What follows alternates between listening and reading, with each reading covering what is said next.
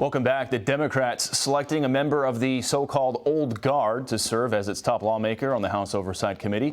74-year-old Jerry Connolly of Virginia will be the counterpart to Chairman James Comer, despite some fierce lobbying from 35-year-old Alexandria Ocasio-Cortez. Critics say the move shows the party just hasn't learned from its mistakes from its November losses. This as the party picks who will run its national committee in just a few weeks. Democratic strategist Julian Epstein and Heritage Strategic Communications Vice President Mary Vought are both here to weigh in. Thank you guys both for joining us.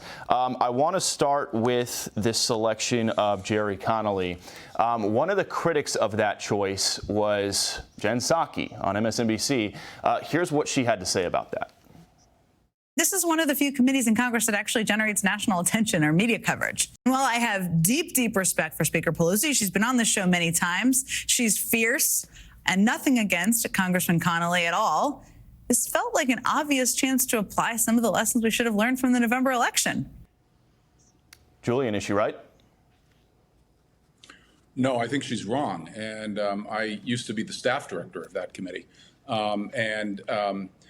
Look, I know Jerry Connolly. I think he's competent. He is old. I think that you can make a case all you want for a younger candidate. I don't think AOC is that candidate. When you heard her just go up against somebody like Tom Homan on immigration, Bill, you should be familiar with that exchange. She was not able to hold her own when she was on a show called Firing Line, and she was asked simple questions about the conflict in Israel and Gaza with the terrorists. She didn't seem to have any of the basic facts. I was staff director of that committee for a number of years ago. And in order to be able to run that committee on behalf of the Democrats, you have to be very, very rigorous on the facts. I have not seen AOC display that kind of rigor that's needed. So is there another candidate that could run against Jerry Connolly? Perhaps. But I think these are the wrong questions that Democrats are answering. Democrats have more fundamental cultural questions that they need to be able to deal with if they want to climb back into relevancy. Mary, what do you think about Connolly being the one to be selected to go up against James Comer? These hearings get a lot of public attention. They're on TV all the time. I think Julian's right. It's because AOC represents the far left wing of the Democrat Party. She's basically the mold of Bernie Sanders. And so Jen Psaki is wrong in the sense that if they actually want to hear what the voters said on November 5th, they need to be getting behind moderate Democrats, people that are more willing to work with Republicans, that want to fight on fiscal responsibility, that want to do more to make this town work. And AOC is of the wing of the left-wing party. The DEI woke agenda isn't going to last. And so Jen Psaki is wrong in saying that she should be the one that has it instead. And Democrats will be selecting their DNC chair in a few weeks. Marianne Williamson is throwing her hat in the ring. Here's what she said here on Fox yesterday. Take a listen. So what I have seen from people so far who are running for the DNC chair has to do with external fixes, has to do with data analysis, has to do with fundraising, has to do with field organizing, has to do with a 50-state strategy. What I want to address is the psychological and emotional factors that not only have to do with repairing our own relationship with the people whose votes we need, but also with countering the extraordinary adrenaline rush, collective adrenaline rush that Donald Trump has created. So, Julian, in your opinion, what's she kind of saying there? She essentially saying that Democrats have to find somewhat of their own MAGA movement to breathe some life into the party and change directions here? I hear it, and I hear a lot of psychobabble, woo-wooism.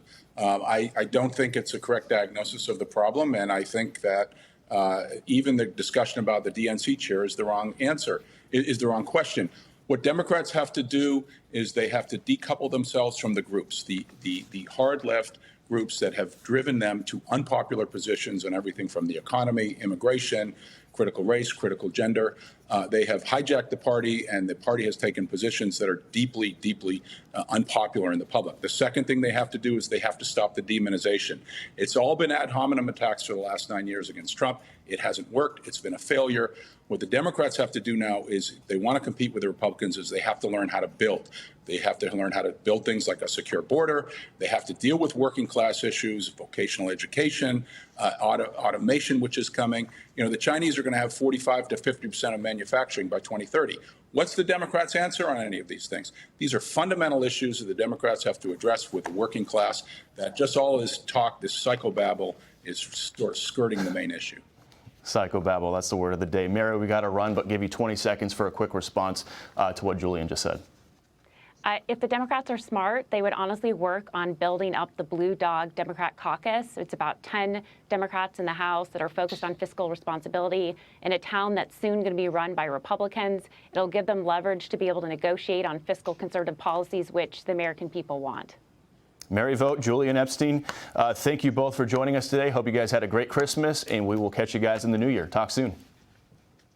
Thanks, Bill. Click here to subscribe to the Fox News YouTube page to catch our hottest interviews and most compelling analysis. You won't get it anywhere else.